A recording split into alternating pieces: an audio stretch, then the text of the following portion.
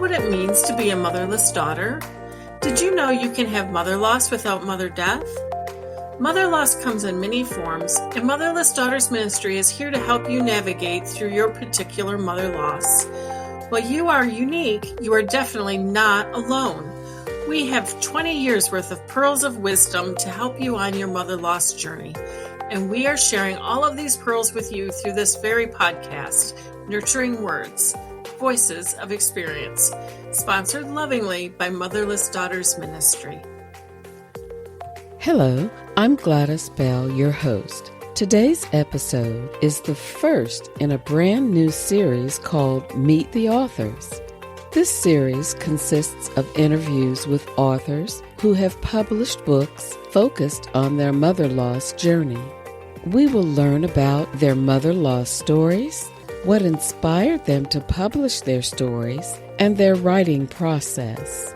Let's listen to the interview by our podcast administrator, Sarah Lynn Wells, with our first guest, Chelsea Ohlemiller, author of the book, Now That She's Gone.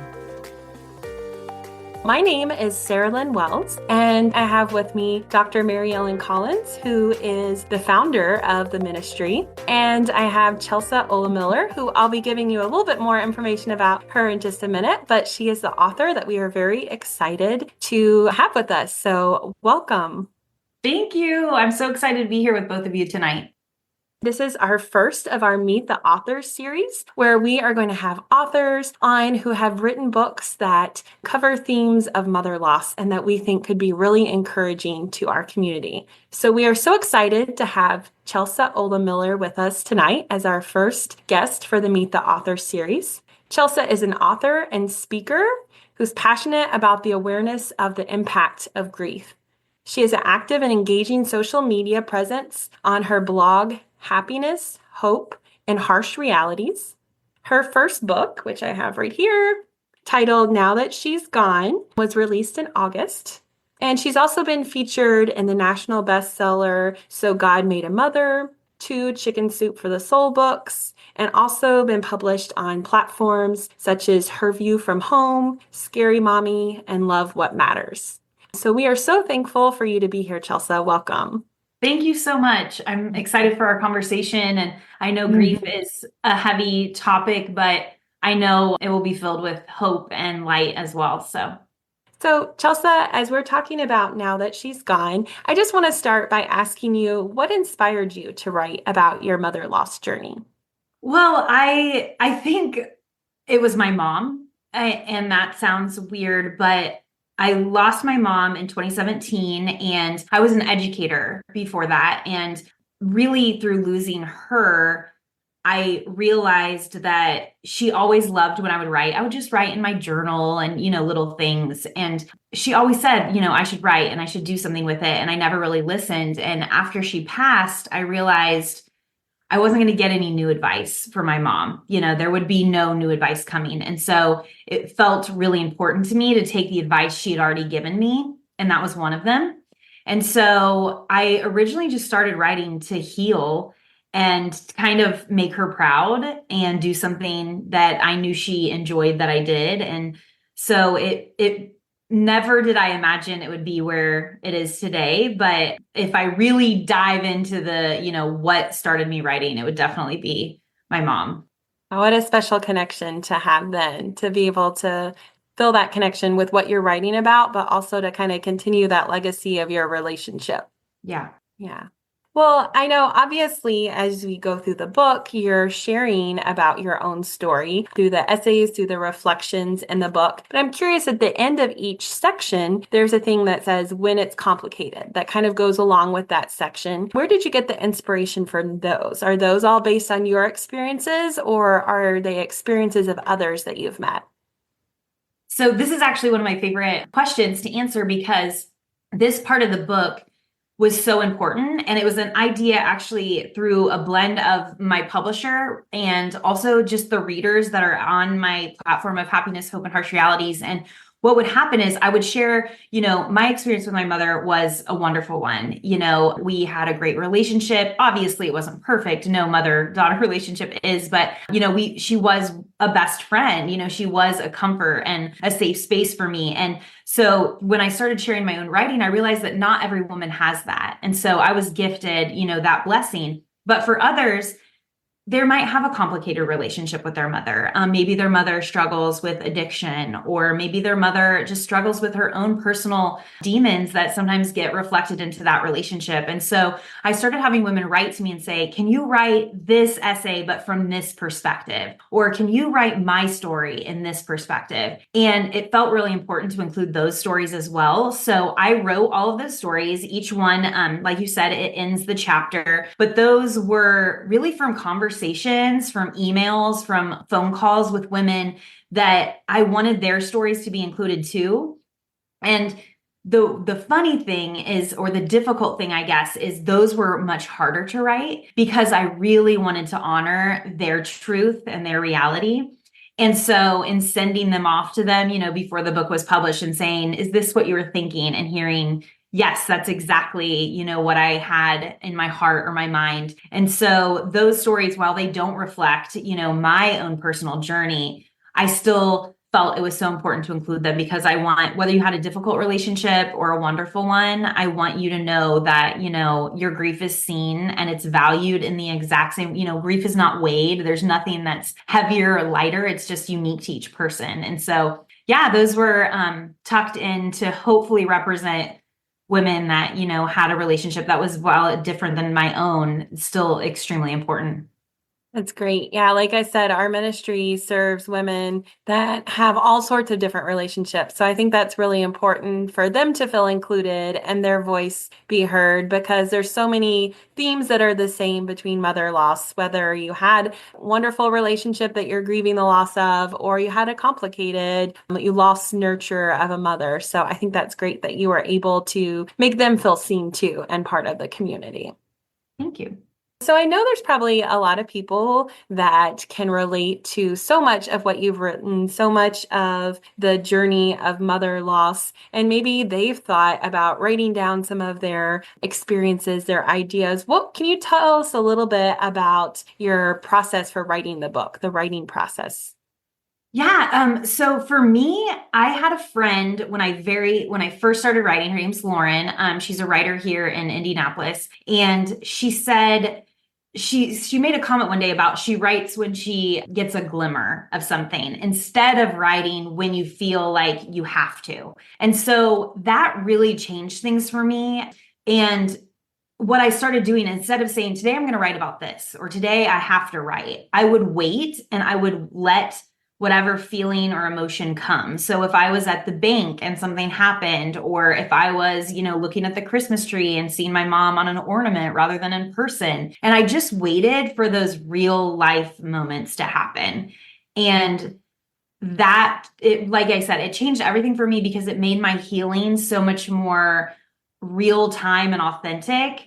And then it also just really made everything that I was writing so vulnerable and real. And I felt like it was the things that no one was really talking about. And so for me, my process was really just letting myself have permission to write what I was feeling, and not like what we do when we're in front of somebody and kind of tuck down our emotion and hide our grief. I really thought, if I'm sitting here in front of my computer, I'm going to put it all out there. I'm just going to say exactly how I feel, even if that feeling is jealousy or shame or, those things that feel a little shameful to experience. And so, I think that my biggest advice and in my process is just to write what you feel when you feel it, And for me, it really helped because it allows you to kind of process through it and just try to figure it out on your own, because you can read a million books on grief. You can go to a million conferences, but you have to do the work. You have to carry the heavy weight, and you also have to figure out how that looks, how to carry it, because the way I do it is much different from other people. And so I think for me, it was just figuring out, what works and what didn't, and then just honoring that and giving myself permission to say, it's okay if that looks different than what the world told me or what my best friend did, or even my sister, Great. Yeah, I think it's so important, like you said, just to be honest and get that out. And you never know how others are going to relate to that because, like you said, some of the things in here are things that are raw and real and honest. And it's important for others to know that's okay. I feel that way too. Right. Were there anything that you found really challenging when you were working on writing the book?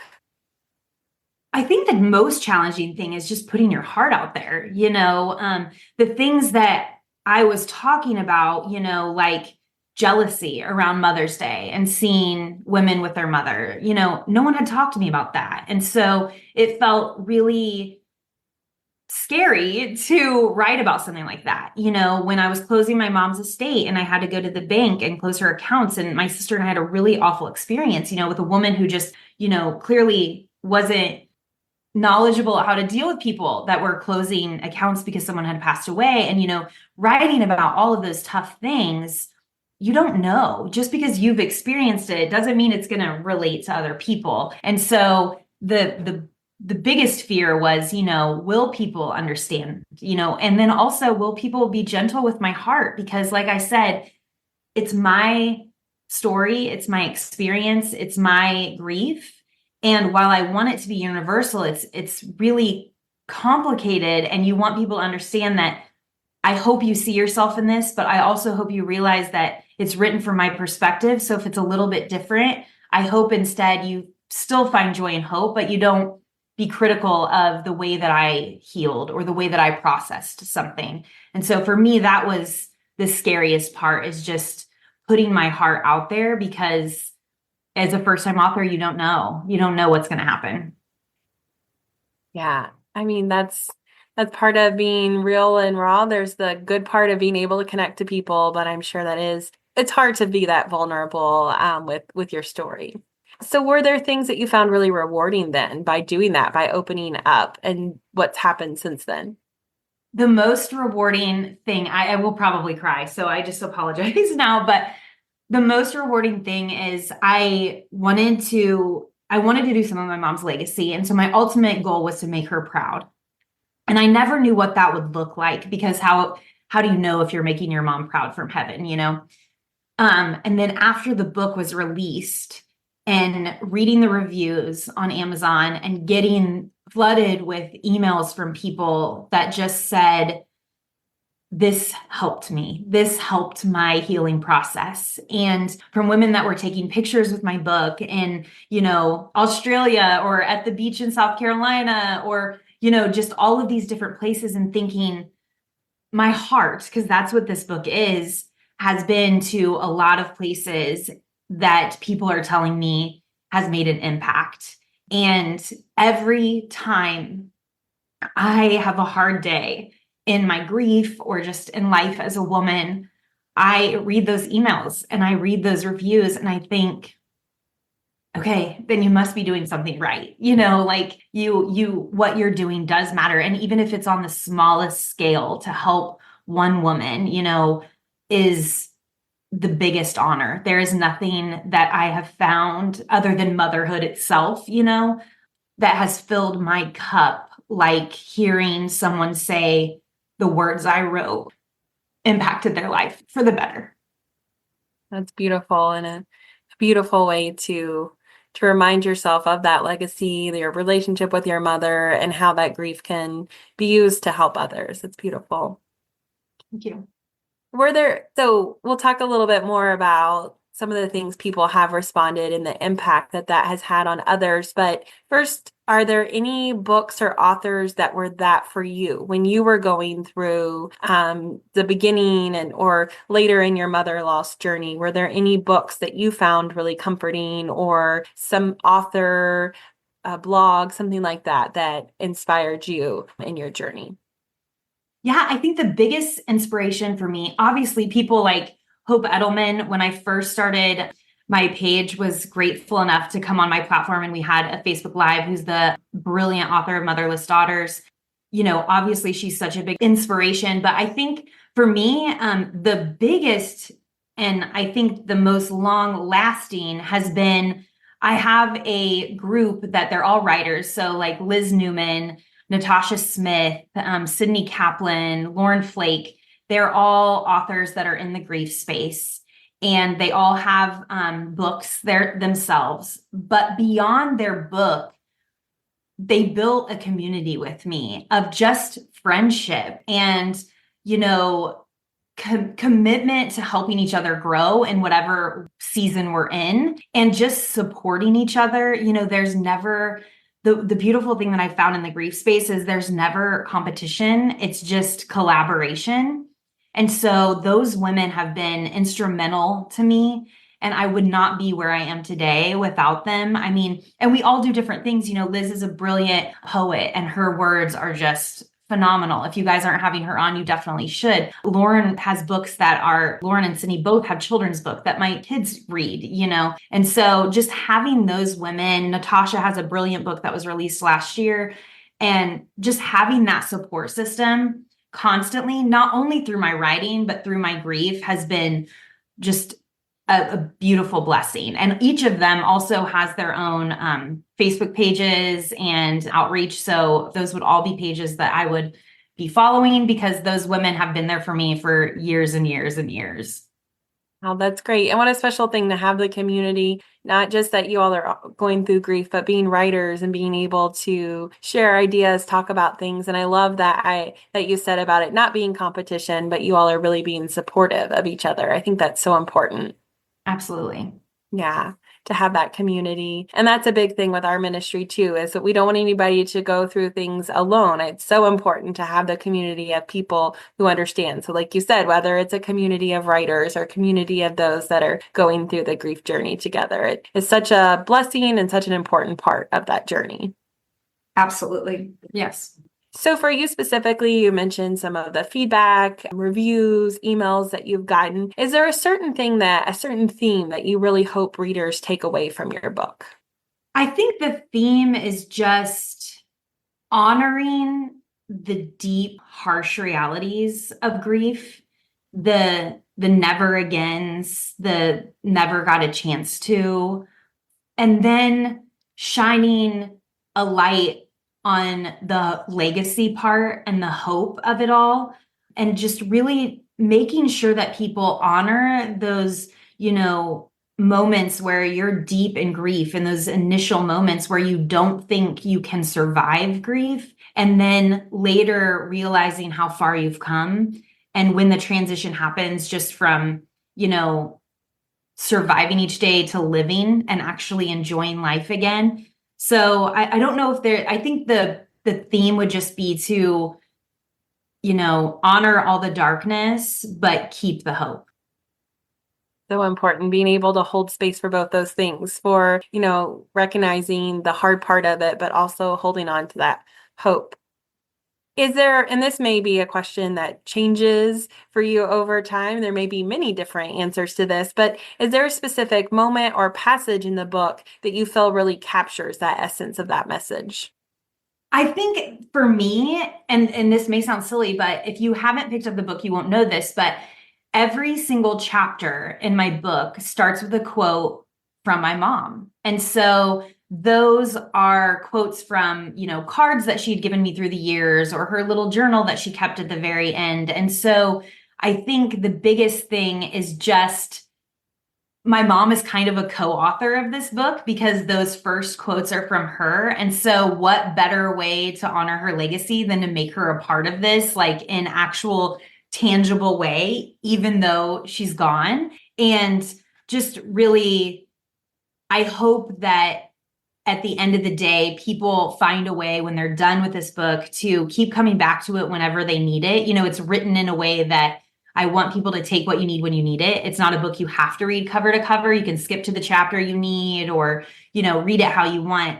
But then also the biggest thing is, at the end of the day, when the book is done, because, I wrote it and my mom's included in there, I hope women go out and find a way to honor their own mother's legacy. And that might be right away for some, and that might be 10 years down the road for others. And it's going to look different for everybody. But that would be my, call to action or hope for the book is that you just, not only do you find hope, but you do something with it. That's beautiful that her words are in here and a part of it. And it sounds like she's someone that was really encouraging to you. So it's nice to have that as part of the encouragement you're sharing with others, to be able to have her words. Yeah.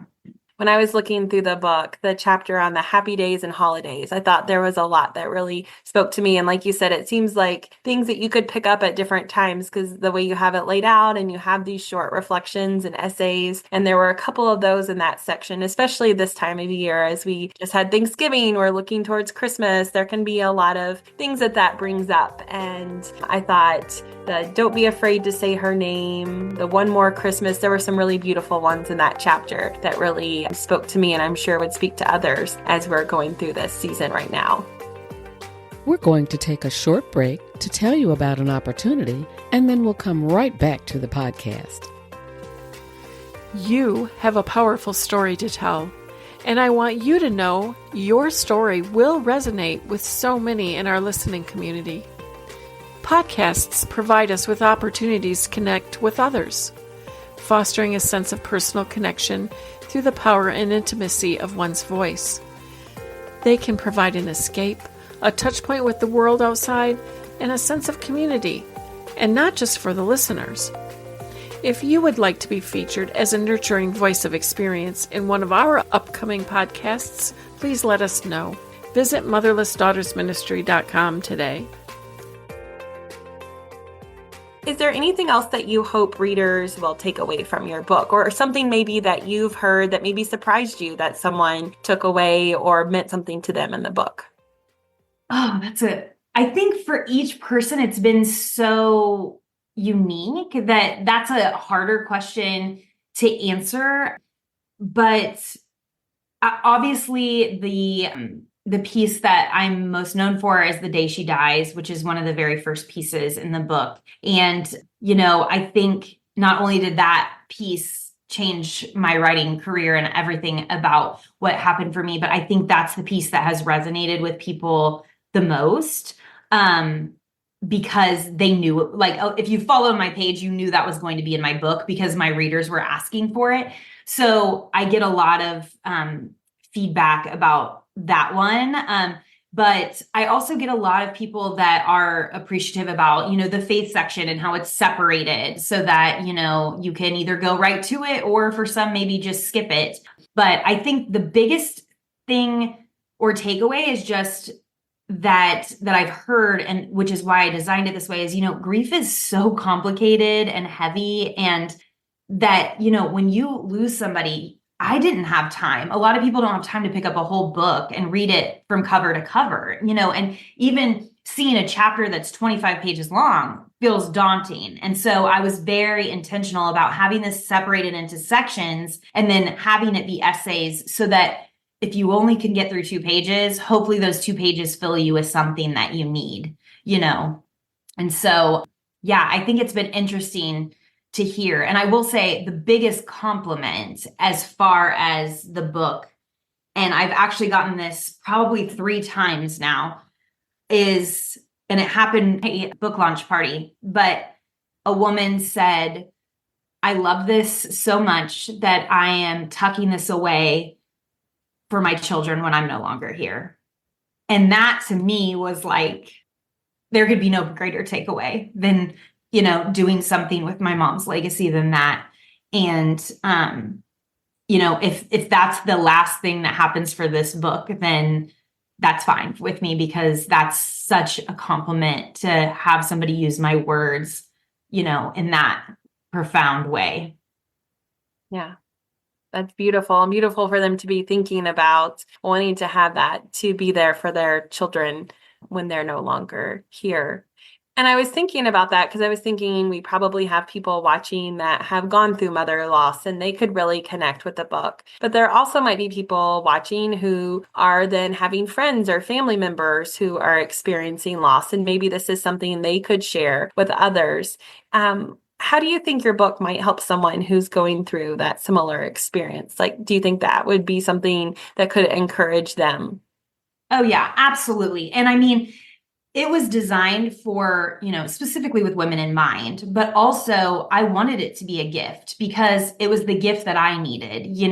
I designed it in my mom's favorite colors, and we were very intentional about the cover and the design because I wanted it to be something that you could just put a little bow on and give somebody at their mother's funeral, and it be a gift for them whenever they're ready to pick it up, because casseroles are great and flowers are wonderful, but I needed something more, And so this was the gift that that's the goal, is that it will be a gift for people. And, especially in hearing from women that have read it and then said, oh, I bought 2 extra copies for my sister, so I think it is serving its purpose. And I just, my hope is that it reaches the hearts that need it, Yeah, that's beautiful, and a beautiful way to be able to connect with someone else. Like you said, you knew what you needed or wanted to have, and then were able to provide that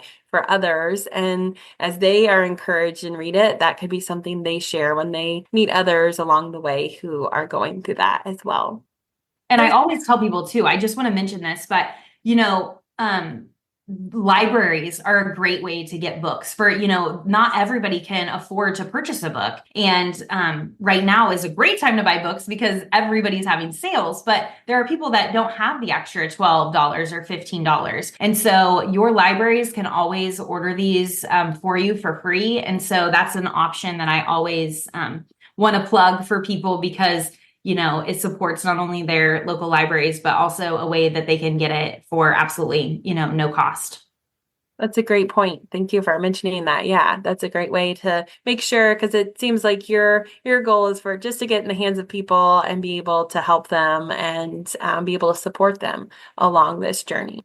So kind of getting back to thinking about people who might be listening, who maybe they have things that they want to write out, even if it's not to have a book that they publish. But I know for myself, there have been times where I've tried to just write out how I'm feeling or write out an experience I've had. And I found it to be really therapeutic. Just getting those words out on paper, reading them back. I find that to be a therapeutic process. So I was curious what role you think storytelling plays in the healing process for those that are dealing with grief. I think it's so important, especially for people, you don't have to be a writer, but what I think the most impactful thing about writing down or, typing or even voice, text, just keeping notes in your phone is the growth that you will see, the difference, because you can't, it's really hard. It's just like weight loss, you don't always see it and other people can see it and you don't. And so healing is the same way. When you start writing down how you're feeling, how much activity you could do, what you're capable of, and then you realize a year from now or 2 years from now, and you look back and you read, even if it was a sentence a day, and you say, oh, wow, I didn't see the light, but today I see it, and just so you can see your own growth. And also it's great for memory, write down those things that you remember about people, because we like to think that we'll remember all the intricate details. And I will never forget my mom, but I do start to worry I'm forgetting little things, like what did she do this? What did she wear for that? And just anything that you think might be important, write it down. You don't have to write sentences or paragraphs. You could write bullet points. But I do think it's important because it, like I said, it shows growth and healing, and also could just be a great memory holder. A great point about the memory holder. And as we were talking earlier about kind of continuing legacies, talking about children or maybe nieces, nephews, other younger family members. I know like with my own children, they don't remember my mother. So being able to write some of that down for them to kind of have that connection, that's a really great point that, yeah, you feel like you won't ever forget these certain memories, but for you to remember, but also for your children, your grandchildren, nieces, nephews, family, friends, other people, and future generations to continue to know about this person that was so important. Absolutely. So are there other themes or topics that you're considering exploring in the future? Is this an area you want to keep writing on your journey of mother loss? Are there other things that you're interested in working on as a writer? Yeah, I think I definitely want to keep writing. I absolutely love it. And I just mostly want to listen to what the people, on my platforms are wanting from me. What kind of book do they want? Do they want another book? And what does that look like? And so I think as I'm really starting right now to, talk about those processes with my agent and my publisher for this past book, and so I really am trying to figure out a way to get feedback from people to say, what do you want next? Because I definitely, writing is something that, fills me with so much joy. And it helps me in ways that I never thought it could. And so I definitely want to continue, but I want to make sure that I'm doing it for everyone else too. I want to make sure that it's something of value and influence and impact that people want or need. It's so important to be that in tune and want to understand what the people that are following you, that are connecting with you in your community are needing and are wanting. I know this may be kind of a big question, but in thinking about that and thinking about the people that you have met and created this community with, is there one message that you would like to share with readers who've experienced mother loss? What would that be? Like one main thing that you've learned or main message you'd hope that they would learn? Yeah, I think that is a big question. But I think the biggest thing, or the thing that I keep telling myself again, is that, this grief is mine, just like the relationship with my mom was mine. And so my healing, my journey, my feelings, my emotions, my capabilities are going to look different than everybody else. And that's okay. And I have to just maneuver through that and figure out, what works and what doesn't. And some of that is just figuring out, what traditions are worth holding and what traditions have to be let go of just because I don't have the capacity to fill the shoes in the way that I want to, and I think that, the end thing, if I had to end it all on one thing, it would just be I have to remind myself every day that I have two legacies. I have my mother's, but I also have mine. And that's important for everybody to realize, is that you are holding, a legacy of someone that you loved so dearly, but you also are holding your own. And you are here to create that legacy for the people that, you're going to be eventually leaving. And so when I remind myself of that, it gives me a little bit more oomph to pursue things with passion, to live boldly and beautifully, and to still step forward and, move forward, but not move on. I carry those memories with me, but just constantly realizing you're a mixture of your own legacy and the legacies that you've been gifted from those that you've lost.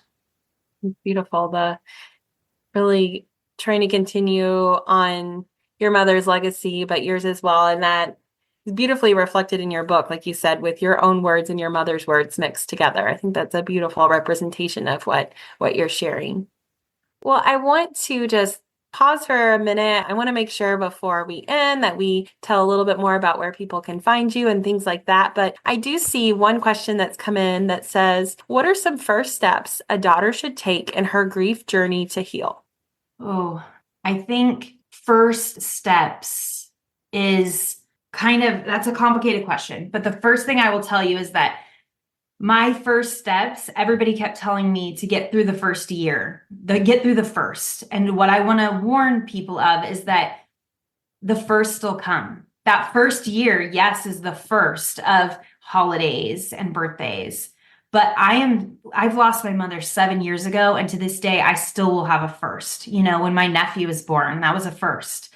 When I graduated with my master's, my mom wasn't there. That was a first, and so be prepared. Don't let people, teach you these things that are not true and helpful into your journey. So those first will continue, but you will also get through them.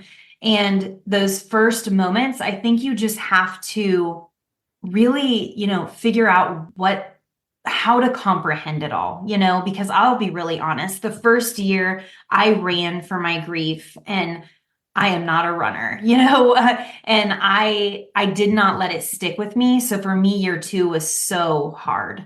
And so I think you just honestly are in survival mode at the beginning, and you do the next thing and the next thing and the next thing until you're able to plan a little bit, and you just take it one step at a time. And the other thing I would tell you is find your people, find your community, wherever that is, whether it's online, whether it's your neighbor, whether it's your church, find some type of community. And especially with people that understand loss. So friends are amazing. I have an amazing set of friends, but none of them had lost a parent. So I was an alien to them, like I was different and nobody knew. And so what I needed to do was find people that understood, other people that had lost parents. And so, I think that's a really important thing. And also just, promise yourself that wherever you are in this moment, in this day, you won't be there the next day or in 2 days from now. Set little timelines for yourself. Like if you can't do things, that's okay. Maybe you aren't supposed to do those things right now, and just let yourself have time to do nothing, to have no expectations. And just know that, there are people like me that have platforms that you can email and reach out to us. Your organization is just a beautiful community of those people that you can, offer so much support. So just make sure that you have people and communities to lean on. So important to help you. Like you said, you can have people that are there for you, but maybe you just haven't experienced that. So it's so important to have those people. And I also think it's so true what you were saying about, I heard that a lot as well, about just get through the first year, but it's been about the same amount of time, almost 8 years for me. And yeah, I think that I definitely pushed things down a lot at first. And sometimes it was year 2, 3, that Christmas or Mother's Day, those things, it ended up feeling harder than even the first time. So it's a cycle and a journey, and it's not just to get through something and then it's just going to be better. It can come back sometimes unexpectedly, even harder. So I think that is a really good point. And I think I didn't answer your other question. You asked before we got to the questions, you asked how people can find me. And I think I didn't answer that. So you can find me on Facebook at Hope and Harsh Realities. My website is called Happiness, Hope, and Harsh Realities. And you can get to that from www.hopeandharshrealities.com. So on any socials, it's Happiness, Hope, and Harsh Realities. So if you search that, you should be able to find. I think that the world wants us to heal and smile through things. And, this is not something that I'm shocked that we aren't better at it by now, because grief is universal and it's been going on forever. And so what surprised me is that, if you get hurt, immediately you start the healing process, right? You're bandaging it, you're doing all the things. But really for me, grief wasn't like that. I couldn't heal or even think about healing, which I also think is a continuation. It's never done. You're constantly healing. But for me, I don't think I will ever accept the loss of my mother. She was only 57, didn't get to retire or meet all of her grandchildren. I don't think I will ever really accept that wholeheartedly, but I had to comprehend it, right? I had to comprehend it to move on and move forward. And so until you really give time to sit with that reality and realize the depths of that reality and comprehend it, healing comes later. Healing comes after that. And that's okay. It's a process that is not immediate. I will tell you all, I didn't start the grief process till 35 years after the loss of my mother. So 7 years is pretty good. Yeah. Well, and there's something to say too about, look at the beautiful things you're doing with your, organization and this, ripple effect that will undoubtedly continue for forever. Well, there's a theory, a saying I have that I truly believe, that God will never waste or hurt. If you let him use it, he'll use it to your own good. And I think I'm living proof of that. I would agree. Yeah. Well, I love what you guys are doing. I think it's just, like I said, it's such an important work that you're all doing. And any way I can support you guys, I'm happy to do that. All right. Well, we will go ahead and wrap up, but thank you. This has been a really important conversation, and I really enjoyed hearing a little bit more about your process of writing the book and your thoughts about it. So thank you so much for joining us. Thank you. Bye, everybody. Thank you for joining us on today's podcast. If you are in need of more nurturing words and voices of experience, we encourage you to listen to our other episodes, hit subscribe, and come check out our Motherless Daughter resources on our website at motherlessdaughtersministry.com. You can also find us on our YouTube channel and in our Facebook community, Motherless Daughters Ministry. We hope you'll come visit us, and we look forward to you joining us again next time. Until then, stay well.